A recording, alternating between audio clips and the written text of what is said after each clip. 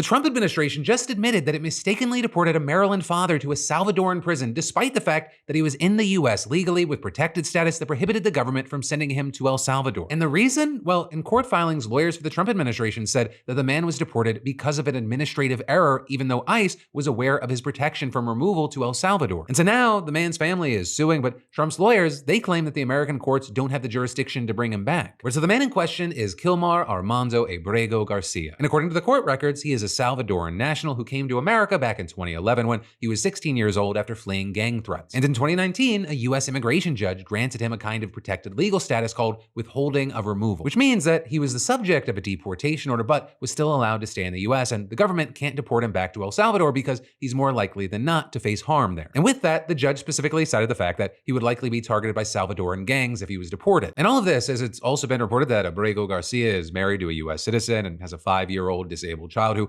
is also a US citizen, though notably it doesn't appear that he has a green card. But as far as what went down specifically, according to The Atlantic, which first broke the story, Abrego Garcia was stopped by ICE agents on the way to pick up his son from the house of the boy's grandmother on March 12th, with the agents allegedly telling him that his protected status has changed, then waited for his wife to come to the scene to take care of his child, and then drove him away in handcuffs. And within 2 days, he had been transferred to an ICE staging facility in Texas. But then, one day after that, on March 15th, him being placed on one of those 3 flights that the Trump administration used to send people to El Salvador's terrorism confinement center. Right, and this, despite concerns about due process, questionable legality, especially because most of the deportees were Venezuelan, and the fact that a judge ordered the flights to turn around or stay on the ground. And since he was deported, Abrego Garcia's family said they've had 0 contact with him, but his wife also said that she identified him based on his tattoos and scars and news photographs of the prison released by the Salvadoran president, which notably is also the same prison that Secretary of Homeland Security Kristi Noem did her widely criticized tour and social media blitz last week. Now, with all this, one very important thing to keep in mind here is that in addition to having protected status,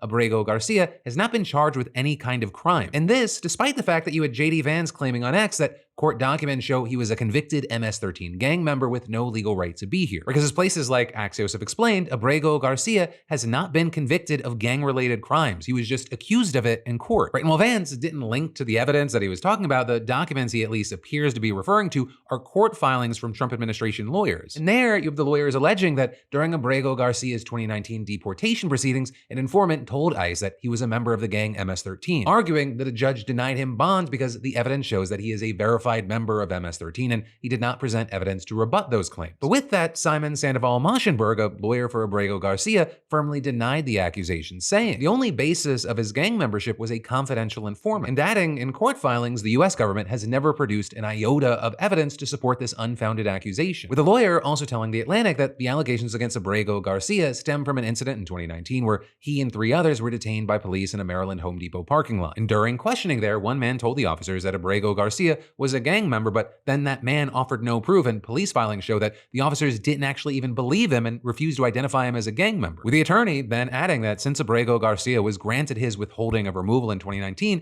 he has had no contact with any law enforcement agency and has complied with the requirements to check in annually with ICE. And when White House Press Secretary Caroline Leavitt was asked this afternoon what evidence Vance had for his claims that Abrego Garcia had been convicted, she just said that the government had, quote, a lot of evidence and that she herself saw it this morning. But notably, she also didn't provide any information about what the evidence was or why it hadn't been presented in the court. But also, regardless of the gang tie allegation, Sandoval-Maschenberg argues that this deportation is flatly illegal because no matter how you feel about it, a judge explicitly protected Abrego Garcia from being deported. But if the government wants to deport someone with protected status, they usually have to reopen the case and introduce new evidence for deportation, which a very key thing is why you even have government attorneys telling The Atlantic that they are stunned by this case. With Sandoval-Maschenberg also telling the outlet that he believes that Trump officials deported his client, quote, through extrajudicial means because they believed that going through the immigration judge process took too long and they feared that they might not win all of their cases. With him adding that he's never seen a case where the government knowingly deported someone who had received protected legal status from an immigration judge. Right to that point, Trump's lawyers aren't even trying to hide the fact that they knew he had protected status. In their court filings, they explicitly wrote, ICE was aware of this grant of withholding of removal at the time of Abrego Garcia's removal from the United States. Reference was made to this status on internal forms. With the lawyers also explaining that Abrego Garcia wasn't on the initial manifest of the deportation flight, but was listed as an alternate who got moved up the list as other detainees were removed from the flight, and claiming that the flight manifest did not indicate that Abrego Garcia should not be removed, and adding, through administrative error, Abrego Garcia was removed from the United States to El Salvador. This was an oversight. But then going on to insist that his deportation was carried out in good faith because his purported membership in MS-13, with Sandoval-Maschenberg also telling the outlet that the case appears to be the first time the Trump administration has admitted to errors when it sent 3 plane loads of Salvadoran and Venezuelan deportees to the Salvadoran prison. Right, in this, as we've talked about before, attorneys for some of those people have accused the Trump administration of falsely labeling their clients as gang members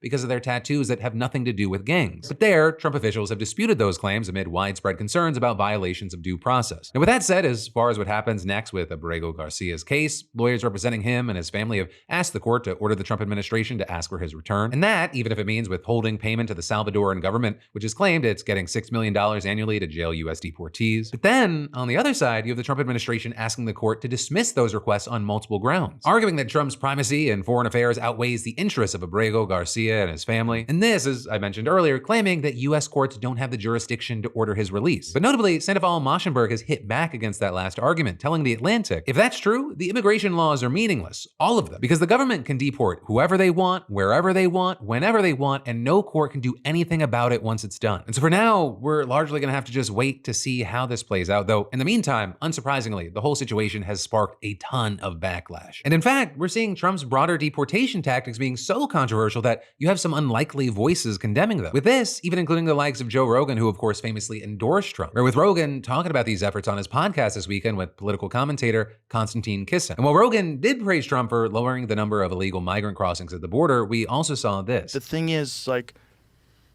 you got to get scared that people who are not criminals are getting, like, lassoed up and deported and sent to, like, El Salvador prisons. When you do things quickly and you do things aggressively, that's how you get shit done. But that's also when mistakes get made. Right. And I think a human being being plucked out of nowhere and ending up in a country he's never been in a maximum security prison with gang members, seems like a bad thing to happen to me. It's horrific. It's horrific. But yeah, that is ultimately where we are right now with this one. We're gonna have to keep our eyes on it. There's seemingly constant developments, but in the meantime, I gotta ask you, what are your thoughts here? Because for those that are new here, yes, this is a news show, but I also want it to be a conversation. Hey, thanks for watching, and I hope you enjoyed this clip from the full Philip DeFranco show. And also, a big thanks to Squarespace for sponsoring our Clips channel. Turn your passion into profit over at squarespace.com/Phil, or use the QR code. Because whether you're launching a business or a lucrative side hustle, your website is your digital business card. It's the only space where you control the story, no algorithms or distractions. And with Squarespace, it's so easy because they got a ton of stunning professional templates with drag and drop editing that makes site design incredibly simple, no coding required. So get started for free at squarespace.com/Phil, or scan the QR code on screen and use code Phil for 10% off when ready to launch. Squarespace.com/Phil.